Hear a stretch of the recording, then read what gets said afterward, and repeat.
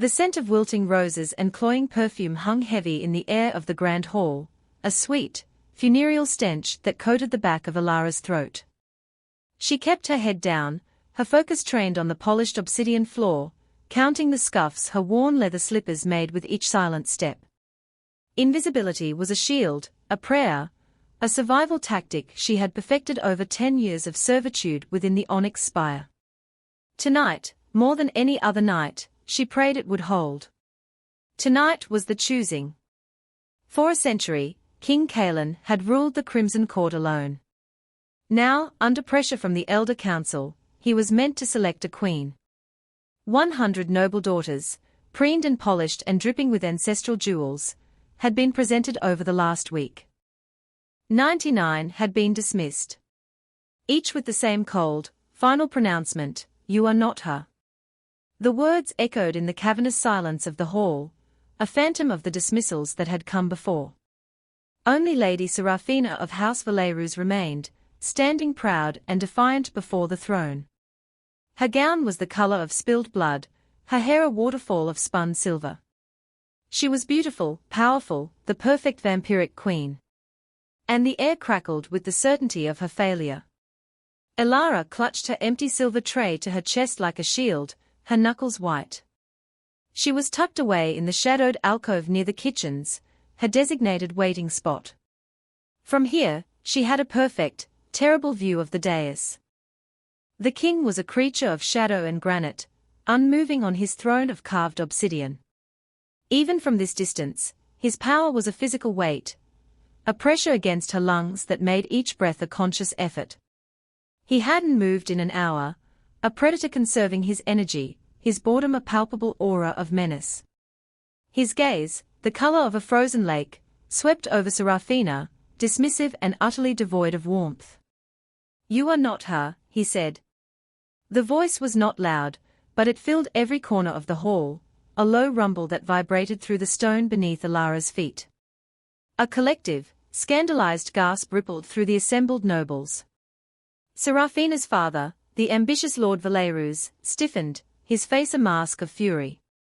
Serafina herself paled, the color draining from her cheeks, leaving her looking like a porcelain doll cracked from within. She curtsied, a jerky, broken movement, and fled the dais. 100 daughters. 100 rejections. The political fallout would be catastrophic. Ilara felt a tremor of fear, not for the nobles, but for herself. For everyone who served. An unhappy king was a dangerous king. Unrest in the court always trickled down, and the powerless were the first to be washed away. She just had to get through the night. She would clear the abandoned goblets, scrub the floors, and retreat to her tiny, cot-sized room in the servants' quarters. She would be safe there. Small. Forgotten. The hall was a maelstrom of furious whispers. Lord Valerus was arguing with a council elder, his voice a venomous hiss. The king, however, remained still. And then, he moved. He stood, a fluid motion of terrifying grace, and the hall fell silent. Every eye was on him. Every being held their breath. Ilara pressed herself further into the shadows, wishing the cold stone would simply swallow her whole. Her heart hammered against her ribs, a frantic bird trapped in a cage of bone. It was a foolish, primal fear she could never quite suppress. The memory of fire and fangs and the scent of her own family's blood was a ghost that lived under her skin. She hated them. She hated their power, their arrogance, their casual cruelty. And she feared him, their king, most of all. His gaze swept the hall. It passed over the cowering nobles, the stoic guards, the furious council. It was a predator's gaze, searching, hunting. Ilara squeezed her eyes shut for a second, a child's defense against the monster in the dark. "Don't see me. Please, don't see me." But when she opened them, his eyes were locked on her alcove. On her. It wasn't possible. She was nothing. A human servant with tainted, half-blood lineage she kept carefully hidden. A shadow. A ghost. Yet he stared as if she were the only person in the room, as if a spotlight had just slammed down upon her. The air crackled, the pressure in her chest intensifying until she thought her ribs would snap. It felt like he was reaching across the vast expanse of the hall and wrapping an invisible fist around her soul. A strange warmth bloomed in her chest, a terrifying, foreign sensation that felt like recognition. It was met with a wave of pure, unadulterated panic. He started to move, descending the steps of the dais not with a king's measured tread, but with the focused, inescapable stride of a wolf. Every step he took toward her was a lifetime. The crowd parted before him, a sea of silk and velvet yielding to his path. Their confused murmurs followed in his wake. Elara was frozen, pinned by his stare. Her carefully constructed walls of invisibility crumbled to dust. She was seen. She was exposed. He stopped a mere arm's length from her alcove. The scent of him washed over her, winter frost and ancient stone, with an undercurrent of something fiercely masculine and possessive. It was overwhelming, intoxicating, and it terrified her more than anything she had ever known. Up close, he was even more imposing. A giant carved from moonlight and midnight, his face a collection of harsh, beautiful planes and angles. His eyes, those frozen lakes, burned with an impossible fire. He looked at her, truly looked at her, and in their depths, she saw a shock of recognition that mirrored the alien feeling in her own chest. She saw centuries of loneliness, of searching, of waiting. He raised a hand, not to strike, not to dismiss, but as if to touch her cheek. She flinched violently, the silver tray clattering to the floor. The sound was like a thunderclap in the silent hall. His hand froze. A flicker of something, pain, regret, crossed his features before being replaced by unshakable resolve. He didn't need to touch her. His voice was enough. It wrapped around her, a silken chain. You, he breathed, the word a reverent, dangerous whisper that was for her alone. Then, he raised his head, his voice ringing with the authority of 1,000 years of rule, a declaration that sealed her fate and shattered her world. You're mine. Chaos erupted. The word was a stone cast into a pool of vipers.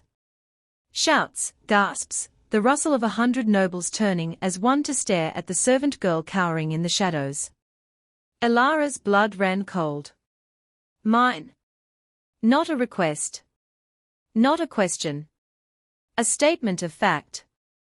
A claim. She wasn't a person, she was a possession. 2 royal guards, their armor gleaming like polished blood, moved to flank her. Their presence was a cage snapping shut. Kaelin's gaze never left her face, his expression a complex mixture of triumph, relief, and a fierce possessiveness that made her stomach clench. He saw her terror, she knew he did, but it didn't deter him.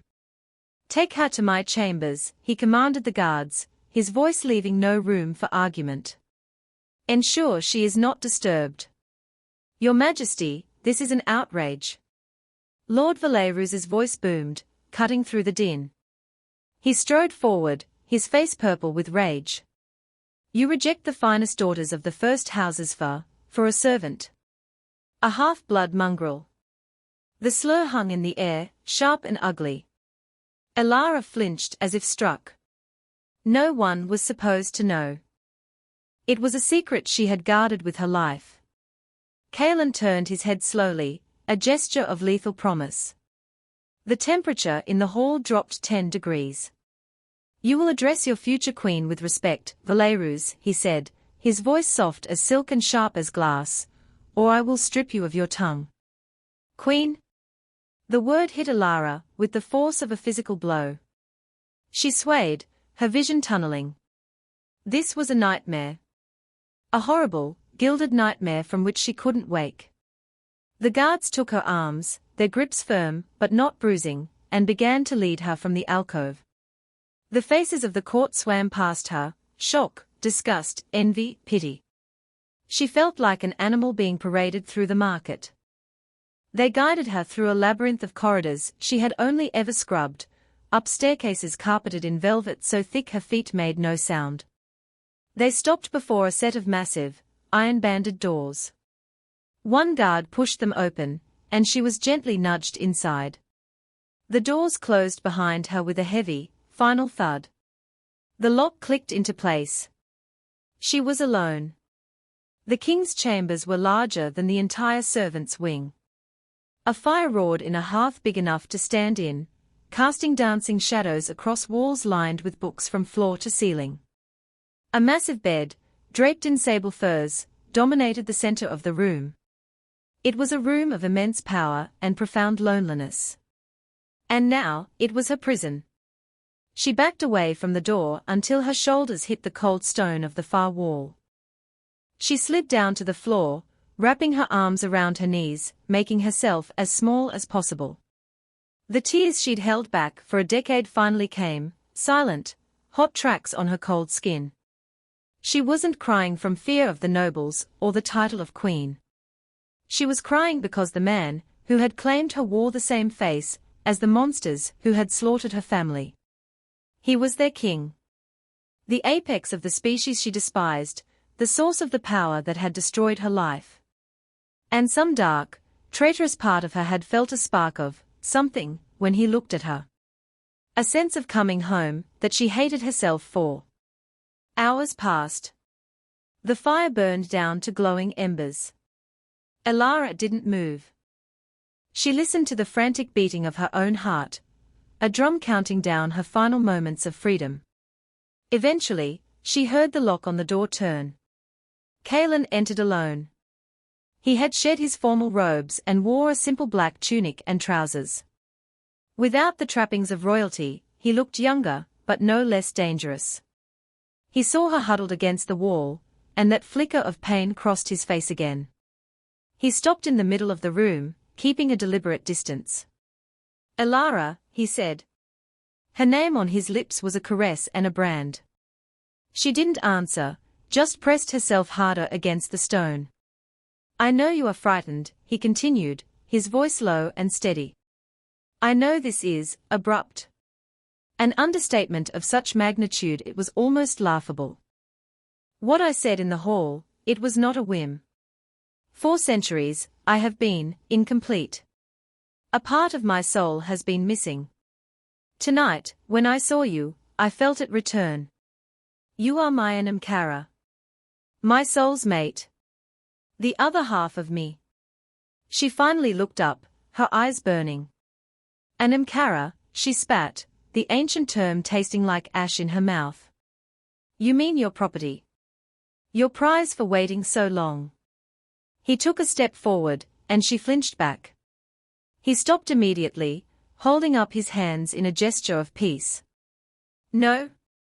Never. It is a bond. An equality. I would no sooner harm you than I would rip out my own heart. Your kind already did, she whispered, the words raw and broken. They took my family. They burned my home. They left me with nothing. You expect me to believe you are any different? The revelation hit him like a physical blow. His face, already pale, became bloodless. The predatory confidence in his posture vanished, replaced by a deep, gut-wrenching anguish. Who, he demanded, his voice a strained rasp. Tell me who did this to you. What does it matter? They were vampires. Like you. It matters, he insisted, his fists clenching at his sides. Justice will be done. I swear it on my immortal life.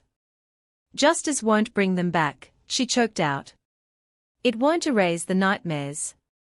And it won't make me trust you. He stood there for a long moment, the vast, opulent room a silent witness to the chasm between them. He was a king, a being of immense power, used to command and immediate obedience. But he looked at her, at the small, broken woman before him, and she saw a flicker of something she never expected to see in the eyes of a vampire king, helplessness. I will not force you, Elara, he said softly, his voice laced with an emotion she couldn't name. The bond cannot be forced. It must be accepted. But I cannot let you go. The court saw my declaration. They see you as a weakness, a target. Lord Valerus and others like him will not hesitate to remove you to get to me. Staying here, with me, is the only way I can guarantee your safety. A prisoner for her own protection. The irony was a bitter pill. So I am to trade one cage for another, she asked, her voice hollow. I will make it a sanctuary, not a cage, he vowed. I will give you anything you desire. Riches, knowledge, power, anything. Just, give me a chance. Let me show you that I am not the monster you believe me to be. She looked at him, at the desperate plea in the eyes of a king, who had never had to plead for anything in his life. She was exhausted, terrified, and utterly alone. She had no choice. She knew that. But hearing him ask, hearing him vow, it was a crack in the armor of her hate. A tiny, dangerous sliver of light in the suffocating darkness. She gave a single, jerky nod. It was not acceptance. It was a ceasefire. A temporary truce in a war she was certain she was destined to lose. But for now, it was all she had to give. The days that followed were a strange, surreal dance of forced intimacy and careful distance. Kaelan was true to his word. He did not touch her. He moved about his vast chambers as if she were a skittish fawn he was afraid to startle, his powerful frame always maintaining a respectful space. He had a separate, adjoining room prepared for her, furnished with a soft bed, new clothes, and any book she desired from his library. He called it her room, but they both knew it was just a more comfortable corner of the same cage. He tried to talk to her, to bridge the chasm. He told her stories of the court's history, of the ancient magic that bound their people, of the celestial alignment that governed the Inam Kara bond. He spoke of his long, lonely reign, of the weight of a crown he never asked for. He was trying to show her the man, not the king. Elara listened, but she did not speak. She ate the fine food brought to her on silver trays, wore the silk gowns that felt alien against her skin, and stared out the large, arched window at the sprawling kingdom below. It was a beautiful view. The view from the very top of the spire she had once scrubbed from the bottom up. It felt like she was looking at a different world. Her silence was a weapon, her only one.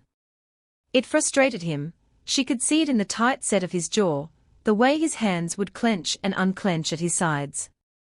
But he never raised his voice. He never forced a response. He simply endured it, his patience a testament to the depth of his conviction.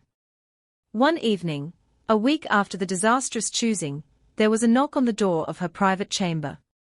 It wasn't one of the guards. It was him. Elara, Kaelan's voice came through the thick wood. There is something you should see. Wary, she opened the door. He stood there holding a simple, dark cloak. He held it out to her. Come with me. I promise you will be safe. Against her better judgment, a sliver of curiosity compelled her. She took the cloak, its fabric impossibly soft, and followed him. He didn't lead her toward the main corridors of the court, but down a series of private, winding stairs hidden behind a tapestry. They emerged into the cool night air on a secluded battlement overlooking the royal gardens.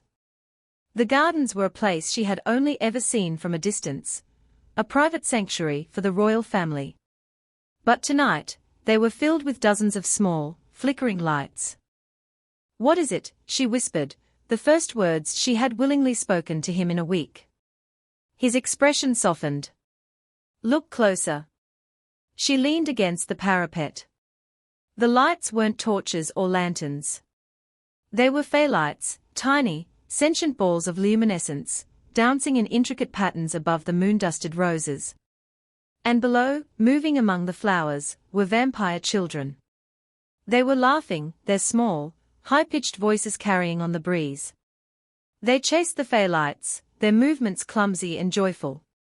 Several adult vampires, their parents, watched from the shadows of the cypress trees, their faces filled with a gentle adoration that Elara had never associated with their kind. This is the hatchling garden, Kaelan explained, his voice a low murmur beside her. A place where our young can be children, away from the politics and pressures of the court. The Phaelites are their guardians. Elara watched, mesmerized. She saw a small boy with dark curls trip and fall. He immediately began to cry. Before his mother could reach him, a tiny girl, no older than 5, rushed to his side. She had a scraped knee of her own. She patted his back awkwardly and offered him a wilted daisy she'd been clutching. The boy's sobs subsided. He took the flower. A lump formed in Elara's throat. It was a scene of such simple, profound kindness. It was a scene that her hate-filled heart had no defense against. They are not all monsters, Elara, Kaelan said softly, his gaze on the children. We are born, we love, we fear, we grieve. We are more than just our hunger. She turned to look at him. In the moonlight, the harsh lines of his face seemed gentler. The predator was gone, and in his place was a man showing her the most vulnerable, hopeful part of his world. He was showing her that his people were not a monolith of cruelty. He was showing her family. Why are you showing me this? She asked, her voice thick with unshed tears. Because I want you to understand, he said, finally turning to meet her gaze. His own eyes were filled with a sorrow so deep it stole her breath. The ones who took your family, they were rogues. Exiles. They acted against every law I uphold. What they did was a violation, a blasphemy. It is a stain on us all, and one I have spent my reign trying to cleanse. I hunt them, Elara. I have hunted them for centuries. He wasn't just a king. He was a keeper of justice. A protector. It was a truth that warred violently with the image she held of him. The foundations of her hatred, the very thing that had defined her for a decade, began to crumble. She felt dizzy, unmoored. Suddenly, a sharp, metallic scent cut through the night air. Kaelan stiffened, his head snapping up. His relaxed posture vanished, replaced in an instant by lethal alertness. He moved so fast she barely registered it, placing himself in front of her, shielding her with his body. Get back, he growled, his voice a low, dangerous rumble. From the shadows at the far end of the battlement, 2 figures emerged. They were cloaked and hooded, but their unnatural speed and the glint of silver in their hands marked them as assassins. Daggers. Coated in a poison potent enough to slow even a vampire king. They weren't after him. They were after her. The assassins lunged. Kaelan met them with a blur of motion. It wasn't a fight, it was a storm. He moved with a brutal, terrifying grace that was breathtaking to behold. There was the flash of a blade, a sickening crunch of bone, the hiss of a vampire's dying breath. One assassin crumpled to the ground, his neck bent at an impossible angle. The second one was smarter. He feinted, dodging Kaelan's attack and lunging straight for Elara. Time seemed to slow. She saw the dagger arcing toward her chest, the silver tip gleaming with a viscous, green poison. She was frozen, her body refusing to obey her mind's frantic command to move. A wave of pure, white-hot energy erupted from her core. It wasn't a thought, it was an instinct. A desperate, primal scream from her soul to live.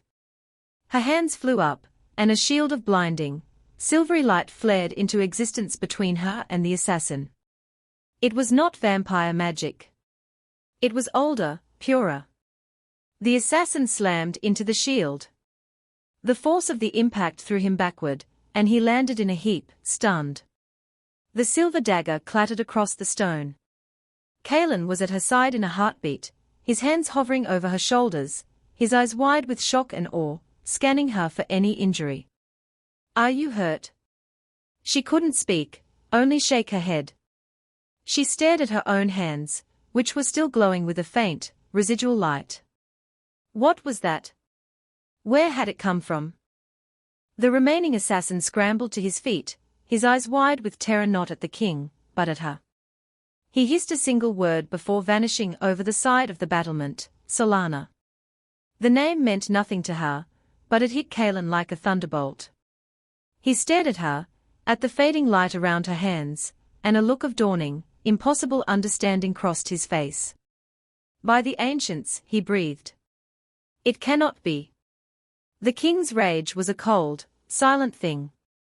He left Alara with a contingent of his personal guard, the Crimson Guard, the most elite warriors in the kingdom, with strict orders that she was not to be left alone for a second. Then he was gone, a phantom of vengeance sweeping through the castle. Alara was escorted back to the royal chambers, her mind reeling. Solana. The assassin's terrified whisper echoed in her thoughts. And the light. That impossible shield of light that had sprung from her own hands. She had always felt different. She healed faster than a normal human, had a sensitivity to moonlight, a connection to the natural world that she could never explain. Her parents had called her their sunchild, she had thought it was just a pet name. She paced the length of the chamber, the adrenaline from the attack giving way to a bone-deep tremor. She had power. A power that could stop a vampire assassin cold. A power that Kaelan himself seemed to recognize with awe. Lord Valerus's slur came back to her, half-blood mongrel. Had he known? Had he suspected more? She was no longer just a servant girl claimed by a king. She was something else. Something dangerous. An hour later, Kaelan returned. There was a single, dark drop of blood on his collar, not his own. His face was grim, his eyes like chips of ice. The assassin is dead, he said, his voice flat. He confessed before the end. He was hired by Lord Valerus. The confirmation didn't surprise her. The Lord's hatred had been palpable. What will you do? She asked, her voice stronger than she expected. He will face the council's justice. He will be stripped of his title, his lands, and his life. Treason against the crown, and an attack on the future queen, cannot go unanswered, he said the words with finality, then his gaze softened as it fell upon her. But that is a political matter. We need to talk about what happened on the battlement. He gestured to the chairs by the fire. For the first time, she sat with him not as a servant or a prisoner, but as an equal with a shared secret. The word the assassin used, Kaelan began, leaning forward, his eyes intense. Solana. It is an ancient name. A name from the time before the Great Schism, when our kind had not yet been cursed with the sun's enmity. It is the name of a lineage of sun-touched beings, creatures of light who were said to be our kin, our balance. They were healers, protectors. They were thought to have been wiped out in the vampire wars centuries ago. He looked at her hands. Your light, it was the magic of the Solana. You are a descendant. That is why the bond between us is so strong. It is not just a fated pairing, it is the mending of a wound that has plagued my people for millennia. You are light, and I am shadow. We are two halves of a whole that was broken long ago. It was too much to take in. A lost lineage. Sun magic. A cosmic balance. She was Alara, the orphan, the scullery maid. How could she be this? My mother, she whispered, a memory surfacing. She had a birthmark. A golden sunburst on her wrist. She always kept it covered. She was protecting you, Kaelan said gently. If anyone had known, she would have been hunted. By rogue vampires who feared your light, or by humans who would see you as a monster. Her entire life had been a lie, built to protect a truth she never even knew. Her parents hadn't just been killed by random rogues. They had been hunted. And she was the reason. The guilt was a physical weight, pressing down on her, stealing the air from her lungs. This is my fault, she choked out. They died because of me. No, Kaelan's voice was firm, absolute. He moved from his chair to kneel before hers, finally breaking the physical distance between them. He hesitated for a fraction of a second, then gently took her hands in his. His skin was cool, not cold, and his touch sent a jolt of warmth, not fear, through her. They died protecting what was precious. They gave their lives for you. Do not let their sacrifice be diminished by guilt. Let it be honored by your survival. By you embracing who you are. She looked down at their joined hands. His, large and powerful, scarred from 1,000 battles. Hers, small and trembling, still humming with a faint, dormant power. Shadow and light. He was right. It felt correct. Balanced? I don't know how, she admitted, her voice barely a whisper. I don't know what I am. Then we will learn together, he promised. His thumb stroked the back of her hand, a simple, soothing gesture that calmed the storm inside her. I may be king of the night, but you, Alara, you are the dawn. And this kingdom has lived in darkness for far too long. For the first time since she was a child, she didn't feel alone. She looked into his eyes, the frozen lakes now thawed by a fire of devotion, and she saw not a monster, not a king, but a partner. Her partner. She squeezed his hand, a small gesture of acceptance that was more powerful than any words. The bond between them flared, no longer a terrifying chain, but a lifeline. A promise of a new day.